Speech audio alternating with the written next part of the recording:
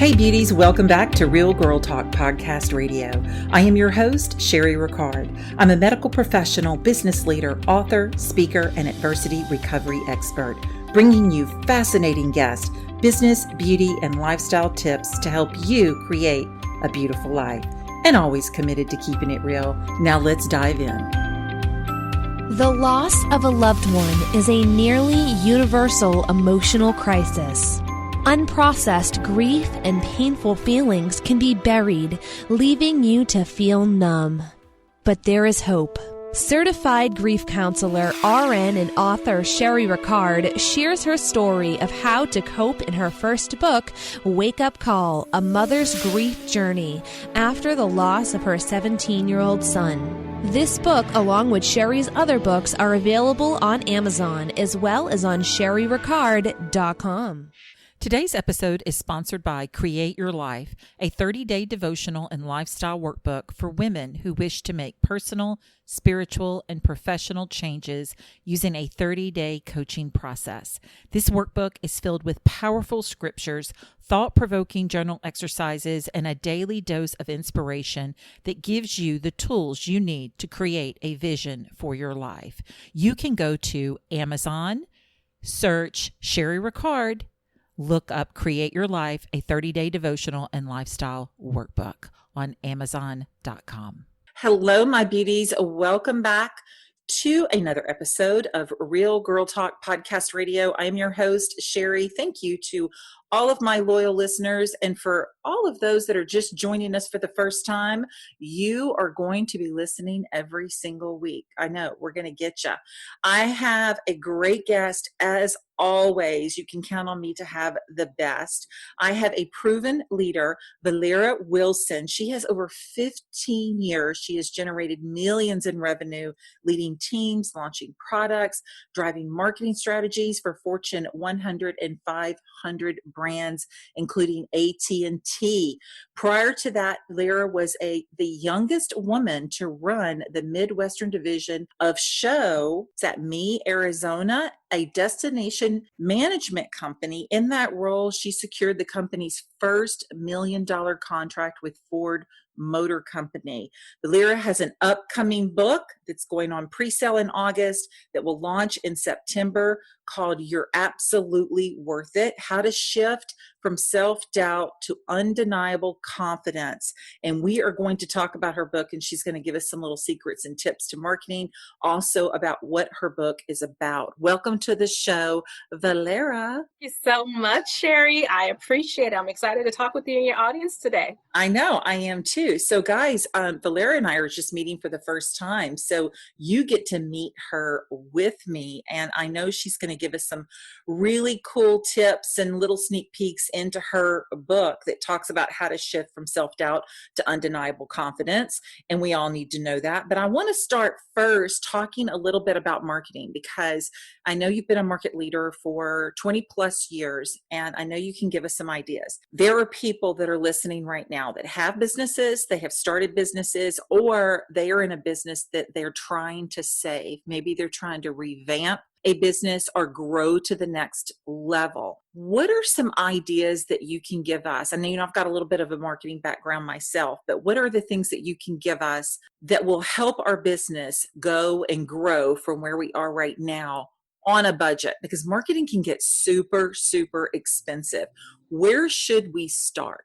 Gosh, so it is absolutely a challenging time for all businesses right now, both large and small. And so I think, when you think about it, when you say the word budget, you're absolutely right. You have to really think about the fact that a lot of businesses, right? A lot of your audience may find themselves in a situation where they don't have as much money to spend as they would like on marketing. Yeah. I think the most important thing to think that about marketing, it's about engagement and getting in front of your potential customer. And right now, you have to be able to show value. And the way that showing how you show value right now is to be able to help your customers, one, know that you're still there, two, that you still offer services, and show how you can drive value with simple things. For example, you might have to pivot and deliver your services and maybe, at a reduced cost for short term, or you might deliver it in a different way right now so that you can get close to your customer. So, if you have a store, you may want to consider online ordering, or you might need to consider, if you have a boutique, how can you make something, provide maybe a bundle, or even, smaller items that maybe you can do subscriptions to for a short term. I mean, there's just, think about where your customers are right now. What are they doing? What are they struggling with? Think about how you can still connect to them and provide them value at a reduced cost for them as well, potentially, right? So I think that, because just like we are impacted as business owners, for example, your customers are as well. They may be struggling. Consider the unemployment rate. Consider that if you have business customers, they might be struggling. And obviously it may not be a forever strategy, but I think in the short term, you have to really think about, what am I here to do? If I'm really here to serve my customers, how can I serve them well right now where they are?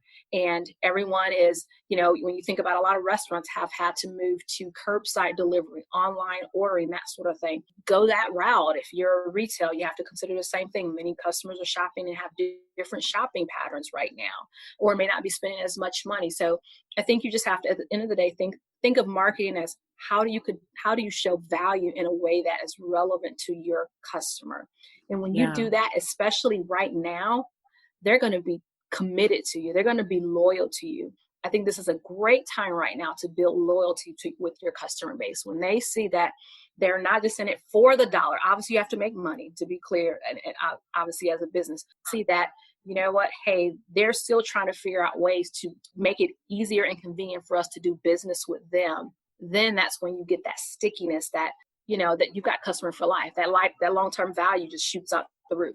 Right. And I think you hit it right there when you talked about your ideal customer too. I think a lot of times as business owners, no matter if you are introducing a product or a service, it's finding that ideal customer, because we want to hit all of our bases, right? And just, I think we try to go after any customer that would buy for us, and we're missing the mark and finding the ideal customer. What are some strategies or tips you could give us in finding our ideal customer? Say that mostly women listen to my show, so maybe it's women that are in that 40 to 50-year-old range. What would you say for a new business owner to do to reach that particular customer? What you said in the beginning was absolutely right. You have to start with an ideal customer. You have to think about, who are they?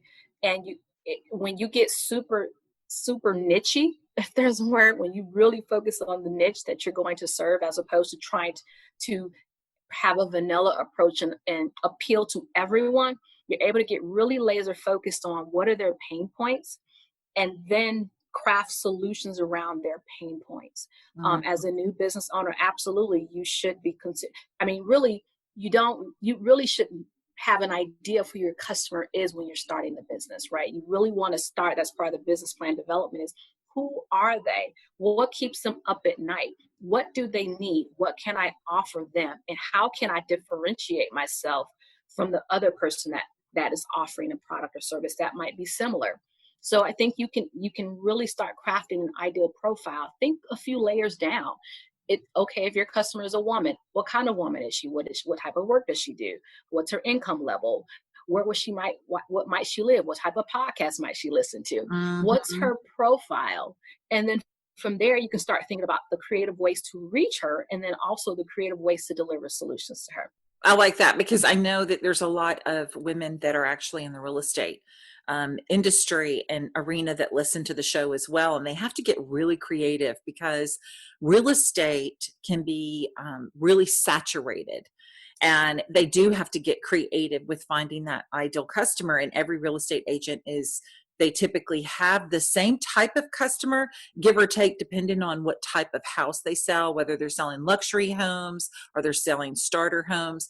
They're still looking for that particular customer. And I think you have to even narrow it down even further. Like you said, where do they work? What kind of money do they make? What do they, do they have children? Are they going to go to school in a certain area? If they're older, do they really care about the school district? Do you really have to hone in on that type of customer? That's good that's good tips for us. I want to kind of shift a little bit and let's talk about your book. First of all, this is your first book? Yes, it is my debut book. It's my first one, although I've written several guides, like how to Right. negotiate your salary, how to, those types of things. But this Right. is my full-fledged first published manuscript. I love it. And congratulations to you, because I know from experience, that's hard work. It's hard work, and it takes a lot of dedication and to get it done, because you can find 50 other things that divert your attention, especially when you're in that writer's block and you don't know which way to go or what to do. And I actually have a course, Writer's Roadmap, that helps people stay on track, because I really think a book, no matter how small or large it may be, if you have experience or you have an expertise in something, I think a book is basically just a really highfalutin business card. I mean, it is to the point now where it shows credibility. I think anyone that has a particular talent, that knows how to do something that can be shared, which most of us do, you could put it in anything from an ebook or a paperback book, or like you said, start with guides and things of that sort to really stand out and make yourself credible in your field. But your book actually talks about how to shift from someone that is in self-doubt to having confidence. And my book, Strong Women, talks about a lot of confidence. So give us a little bit of tips on what we can expect and what we can expect to get out of reading that book from cover to cover. Sure. So first of all, yes, you wrote Strong Women, and I had a chance to check that out. So good. Kudos to you as well. Thank you. As a fellow published author, the time and the energy that it takes to put pen to paper and produce that manuscript. So absolutely. You're absolutely worth it. Really is. It's to your point. It is a business card. It's putting a stake in the ground for me as a woman that really has focused on developing leadership skills, has focused on moving from that self-doubt, and no one's ever over self-doubt. So I would never make that that's so true. But do you know what? And I'm going to stop you right there. How many times have you heard, and people assume because you're a strong woman and you are outspoken and you may not be afraid to get up on that stage and speak, and you're very confident in your talents and your skills because you've done them for years, and you have a point to, you've actually gone through some of those failures and pulled you out of those and helped you with your successes. They think that you're fearless. Well, I'm here to tell you, ladies, we try to put our faith in front of fear all day long, but that self-doubt always is speaking to us. In every single project I know that I want to accomplish, the first thing that I think of is, should I do it? I don't know if I should do it. Will anyone care? Is anyone going to listen? It's always some self-doubt. So I am more interested, I think, in how you are going to teach us to go from that self-doubt to that confidence. So continue to what you were saying. Yes. So to your point, you hit the nail on the head when you said that before we do something, we're always thinking, can we do it? Should we do it? Am I enough? Will I be successful? Can I really ask for that? And so this book is really about helping us to, one, shift past it, because it's going to be there at various stages, right? Even me getting on here on the podcast, the nervousness sets in and saying, okay, what am I going to say? How am I going to say it? How am I going to sound? Will it make sense? Will it resonate? All these questions, right, that start. So you have to be able to shift past that and embrace confidence. And confidence is not cockiness or arrogance. What it really is saying that I believe that I bring value to any place that I show up at. And I'm going to own what I am worth, which is why the title is You're Absolutely Worth It. And I'm going to deliver value. And I know that I'm going to be a contributor to wherever I go. That's really what it is. And it doesn't have to wait until you reach a certain illustrious state or elusive state of perfection. And I think that's where oftentimes we feel like we have to be perfect to go do this, to go accomplish that, and that someone else is smarter, someone else is better, someone else has better access. All these different things that'll keep us in hesitation mode, keep us in the swirl of, I don't know, should I, can I, will I? And so what I like to do is in the book, I start with the root, get to the root, because when I've coached women and mentored women, and they're saying, well, I'm always so nervous on interviews, or I really don't know if I should start that business, or I really don't know why it's hard for me to negotiate my salary or ask for more.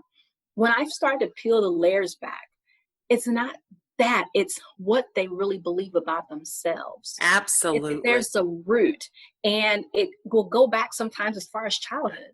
Well, when I was a kid, my parents would always tell me that, I should be seen and not heard. And so I struggle with showing up and sharing my voice boldly in situations. Or maybe I didn't come from the best background, so I don't think I'm as good as the people that I'm at the table with, and I don't know if I'm qualified to be here.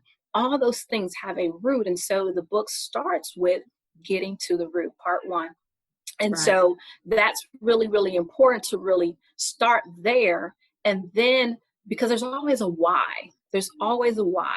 and starting there, and then looking at what are some of the limiting beliefs that we have, some common ones that I've seen that I've had, that I talk to so many women globally about, of different races, different levels, from startup to C-suite to mid-level managers, that there's some things that we tend to think about and things that we tend to believe that limit us and drive behaviors and beliefs that are totally counterproductive to us owning our greatness.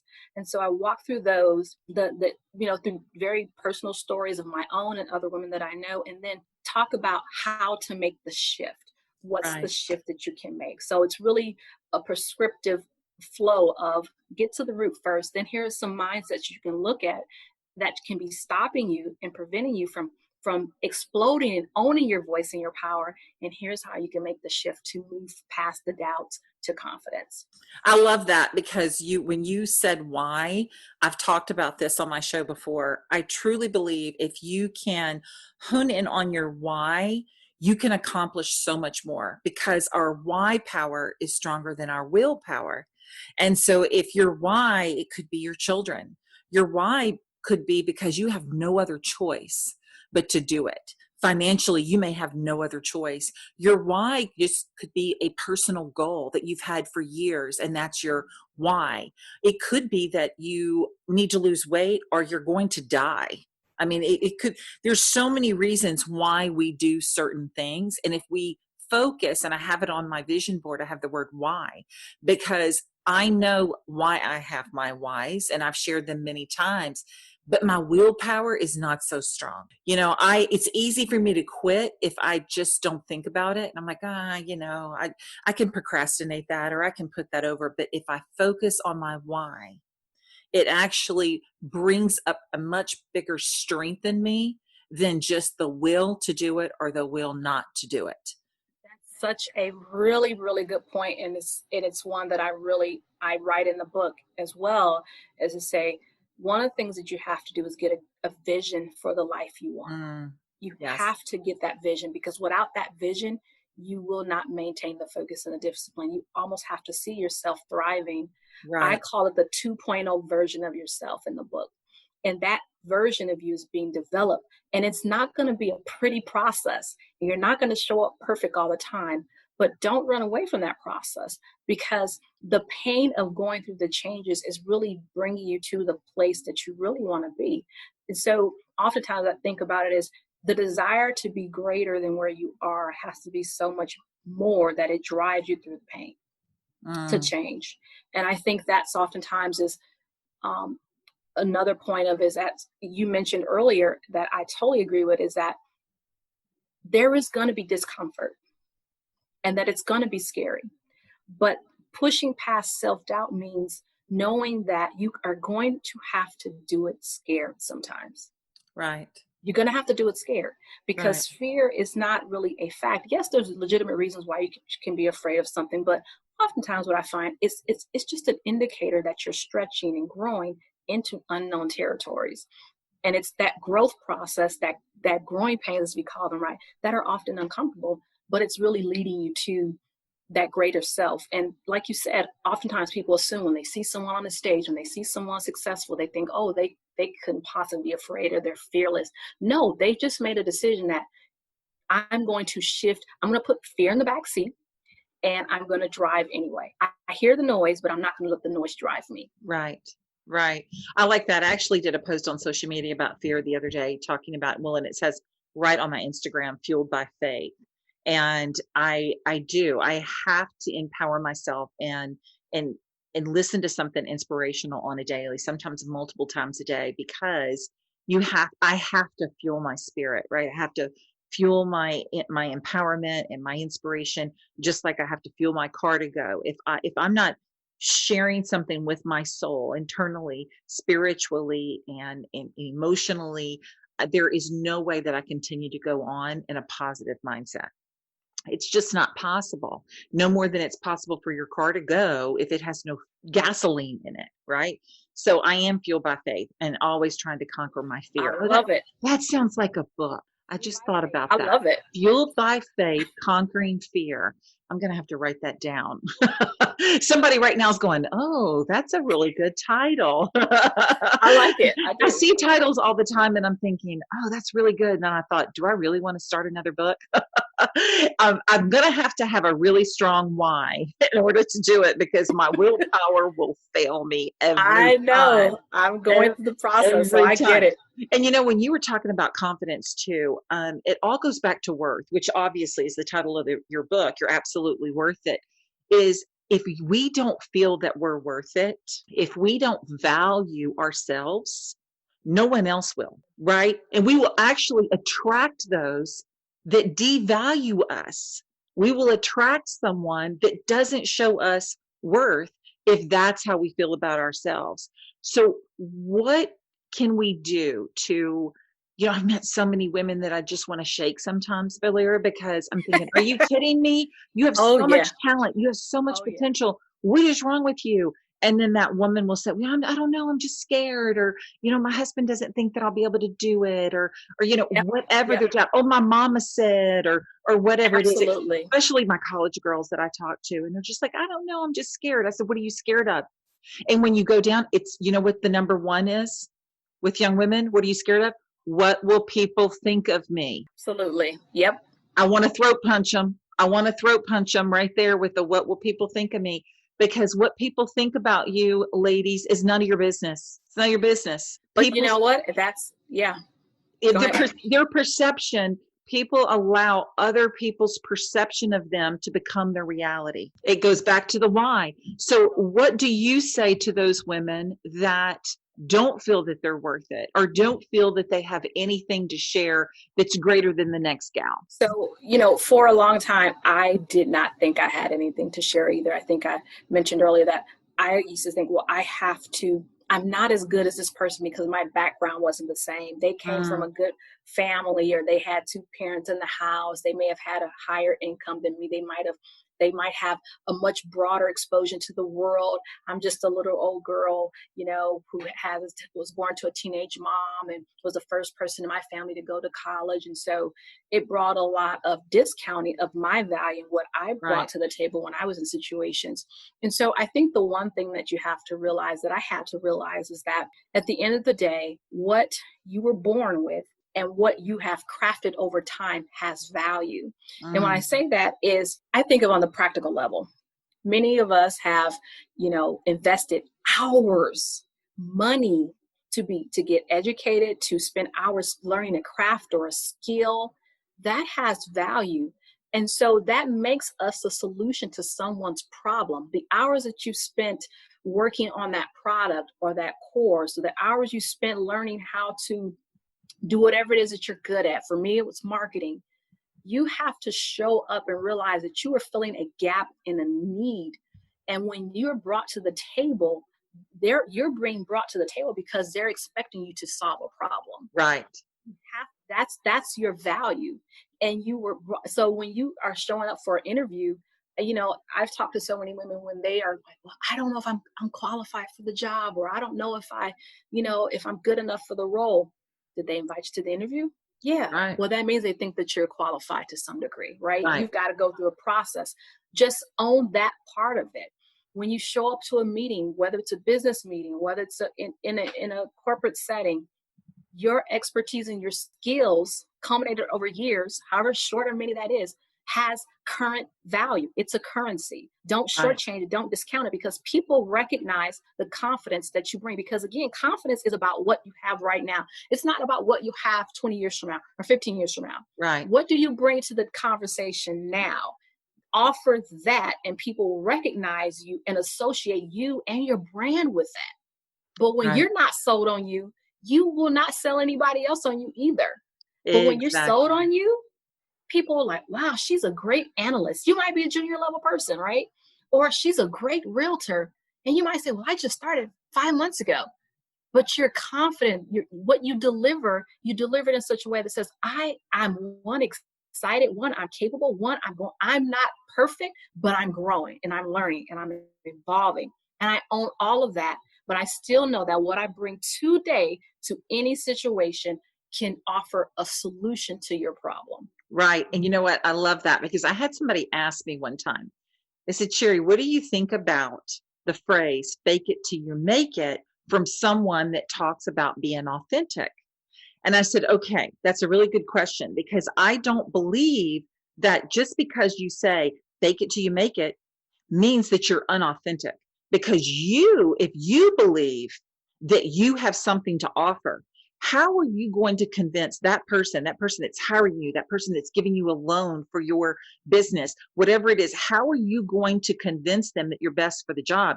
It's not going to be to come in and go, I really, really want this job, or I really want this money because I think I can do a good job. Okay. No, faking it till you're making it goes in with, I can do this, and show them that you have all the confidence in the world with that bank's money to make that business successful so you can pay that loan back, or going into an employer and convincing them that your skill is perfect for this opportunity. That is faking it until you make it, because you may not have the background, but you also know that you can do it. You have the talent, you've done the studies, you've graduated from school, you've done your research, you've drawn up the business plan, whatever it is. If you've convinced yourself and you have confidence that you can do it, that's what I call fake it till you make it, because you're going in there and convincing someone else. And then once they hire you, you can prove yourself. Once the bank gives you that loan, build that business and conquer your dreams and prove yourself. So I don't believe it's being unauthentic. I believe you're going in there and you're showing them who you are because you believe in yourself. Yes, absolutely. And I will tell you on that point, when I interview people, male or female, and I have to keep pulling out of them why they are the perfect person for the job, I do not even bother from there. I know. If I have to convince you to tell me why you're good for it, that tells me that I'm going to have to pull that out of you all the time. And I think it goes back to, if we look at just social media today, everybody's on there faking it till they make it. Okay. Just most Right. people. Right. Most people are on there and they become insta famous off of one, portrayal of something that people want. It's not fake. And when you know that, hey, it's a recognition that says, I haven't arrived to a state of perfection. But here's the thing, no one has. Right. So every $1 million business started with zero, or started with, maybe it was some seed money, but it didn't start generating revenue from day one in most cases. They had to start somewhere. And so I think I call it the stretch for perfection, with the need for being patient with ourselves in the progress. Right. That's where I think we need to find the confidence and say, I'm not where I want to be, but I know that I've invested time in myself. I know that I've done the work. I'm laying a foundation. And just like a house is not built in 2 days in most cases. It takes some time, but you still can be confident that that house is going to be built and have a firm foundation. We are our own houses, our own temples. Right. We are being built over time. And if we just wait until this place, and I keep going back to that because I think oftentimes that's what happens. We think, well, I'll be confident when. I'll be confident when I get here, when I reach this, or when I do that. But it takes confidence to get to that place. Exactly. Right. Or I'll go to school when my kids get to be a certain age. I'll do this when this happens, or I'll accomplish this after these three things happen. And I've actually listened to a sermon one time that talked about the what if and when. And then we end up waiting for the rest of our lives for something to happen and we forget to live. And, I could have done the same thing, but I went to nursing school when my children were 3 and 1 years old. I could not get them into the same daycare. So I had to wake up at the crack of dawn and get a 3-year-old and a 1-year-old together, bring them to 2 different daycares, drive to school, and actually do an 8-hour shift for free, because that's what you do in clinical with nursing. I don't know if people realize that. Oh, and let me add that report starts at 6:45 a.m. So it could be a point where I had to bring them to the sitter, and the sitter had to bring them to their 2 different daycares, and I had to pay for that. So when there's a will, there's a way. But I knew in that situation that I was in my first marriage, and it was a declining marriage. And I knew by me leaving college after 2 years, I was never going to be able to provide for my kids. I was going to have to depend on someone to help me. And so that was my why. That was my why. So I'm watching all of these little young girls that have no children talk about how hard nursing school is. And I thought, are you kidding me? This goes back to the throat punching that I want to do sometimes. And I thought, you know what? Try doing it with a 3-year-old and a 1-year-old. But even though I went through those challenges, I can tell you that yes, it wasn't the ideal way to get through college. I should have gotten through college like I've taught my children to do, and then have your babies. But I will tell you, in hindsight, it ended up serving me and my children, because my 3-year-old daughter watched me for several years study at night and work hard. And so my daughter today, and I had to get her to help me with her little brother. So I would sit in the bathroom floor while I was reading so I could watch them bathe in the tub, and she would wash her brother's hair. And then I would get them out. And in that time, I could get a little bit of studying and reading done. And so she watched me all those years. And today, my daughter is strong. She has a master's education. She has children. I mean, she's amazing to me. I mean, she is. And I tell her, I said, you are what I have created. She saw the example. She saw the sacrifice, and she saw the example. So in hindsight, it was actually a good thing. But I tried to turn something that was very difficult and did have painful moments into something that was positive. And she's going to train her daughter to be the same way, because my daughter's very hardworking and she's a very good mom. But it goes back to that why. It always goes back to that, why are you doing something? And then it goes back to the confidence building. And I think we have to start with knowing what our worth is. It all goes back to knowing what you're worth. And here's the thing with that too. Sometimes the reality is that life has punched us in the gut and has caused us not to know that, or caused us to question it. Legitimate situations, legitimate tragic situations in our life can cause that. And I think that it's during that time that you have to anchor into messages that affirm what you are. Messages that counteract the doubt that you have. Like you said, you might need to listen to sermons more often. You might need to listen to affirmations or read affirmations in the morning. You might need to write them on your wall, write them on your mirror, and see them every morning, because you have to reprogram yourself almost. You have to unravel the self-doubt and the beliefs that you have about yourself that are counterproductive in order to move forward.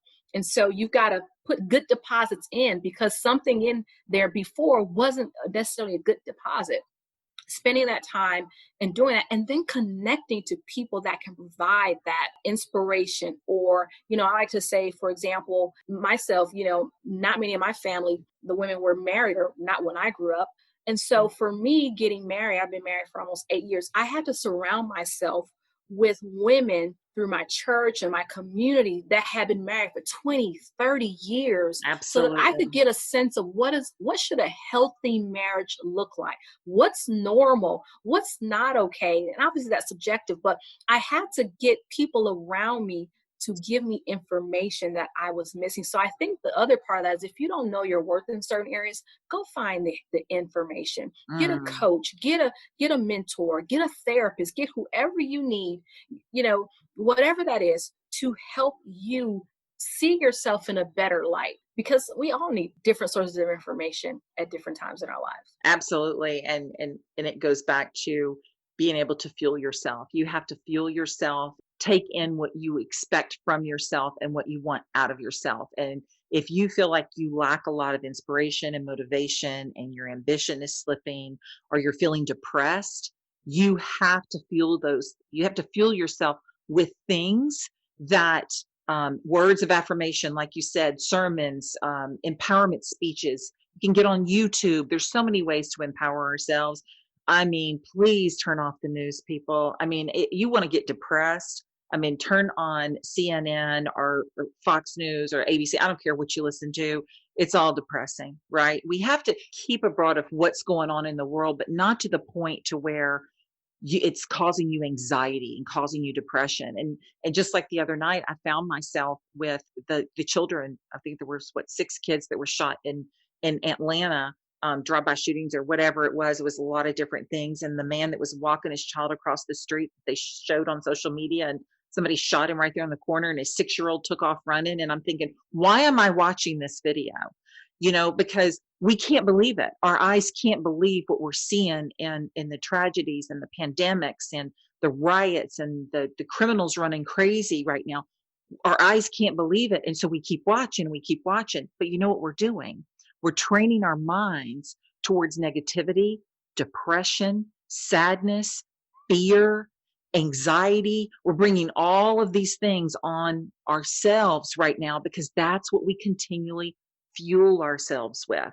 You can watch the news, but it cannot be your daily dose of inspiration. We have to be able to fuel ourselves with inspiration. And I tell people all the time, if you're following someone on social media that is constantly negative and is always putting something out there that is disheartening or depressing, stop following them. It's almost like an abusive behavior. Why would you keep going back to someone that's constantly abusing you verbally, emotionally, physically? You wouldn't do that, right? You would eventually, hopefully, find a way or get someone to help you to walk away from that.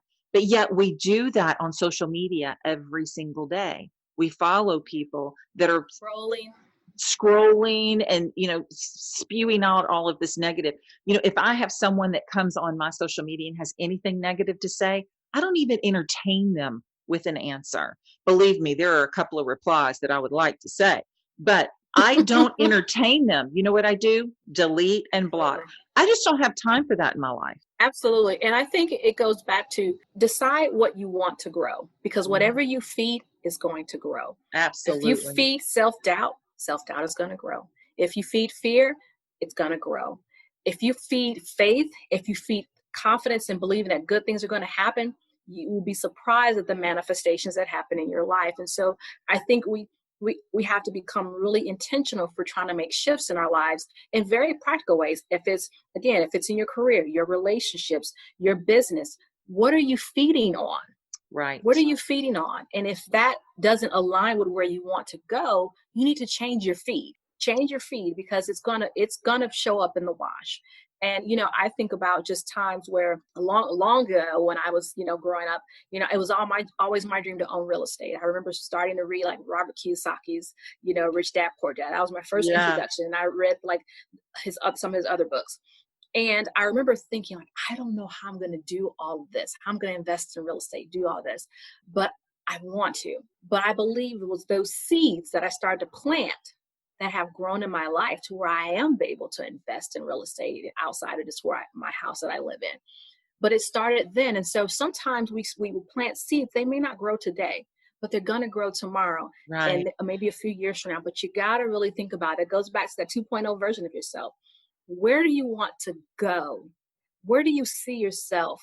And then that's where you focus. And I think too, if you have children, they're going to see that, and they're going to see the seeds that you plant, and you may not see it immediately, but the seeds that you are planting right now for yourself, you actually may see in your children, because they see that from you and you're fueling them. It may not be your generation. It may be for their generation, right? Because I believe in planting seeds in everyone, planting seeds of encouragement and hope. I'm about planting a seed of hope, especially for those I have a special love for mothers that have lost children because that's my journey. So I'm always planting those seeds of hope in those mothers because we have to wake up. We're going to have to wake up every morning. It's going to be a new day, whether we want to wake up or not. So we can either have hope and we can go out there and take our journey and the things that have hurt us and share them with someone else to give them hope and love and inspire those, or we can hunker down in our own sadness and stay depressed until literally the day we die.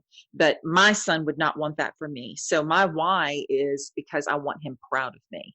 I know he watches over me, so I want him to be proud of what he's watching over. Right. I don't want him to see me cry or I want him to see me sad. I want him to see me using his name in honor, right? And glorifying God because I know that's what he's doing. But thank you, Velera. I'm so excited to meet you. I really am. I could talk to you all day, but I looked down and I thought, oh gosh, I'm keeping her too long. But I appreciate you so much. And I want you to tell everyone, when is your book going on pre-sale? And then when is it going to be out and where we can find it? Sure. So my book is going on pre-sale August the 6th. And it will be, fully available. So you can do pre-orders then, and it will officially be available and release September 29th, 9/29 this year. And if you want to order it ahead of time, you can always visit me on social media at A Positive ID. It's A Positive ID. Or you can visit VeleraWilson.com and you'll see the link there to order. VeleraWilson.com. Well, thank you so much, Velera. I really appreciate you very, very much. Yes, thank you so much. I enjoyed the dialogue, right? It's like we've known each other for a while. I know, right? It's like if I need a little confidence boost, I'm just going to call Velera. There we go. Likewise, a strong woman. Put her on speed dial is one of my soul sisters. That's what I'm going to do because I have a little speed dial of women when I need to be pumped up. And that's what we all need to do, right? We all need to have that little speed dial. Our tribe. That's right. You got to know who your people are. So loyal listeners, beauties, don't forget to hop over to Apple Podcasts, leave me a 5-star rating and write a little review. I would be so grateful. Thank you so, so much. And until next week, I want you to carry this thought. Success is not final. Failure is not fatal. It is the courage to continue that counts. God bless you, and I will be praying for you.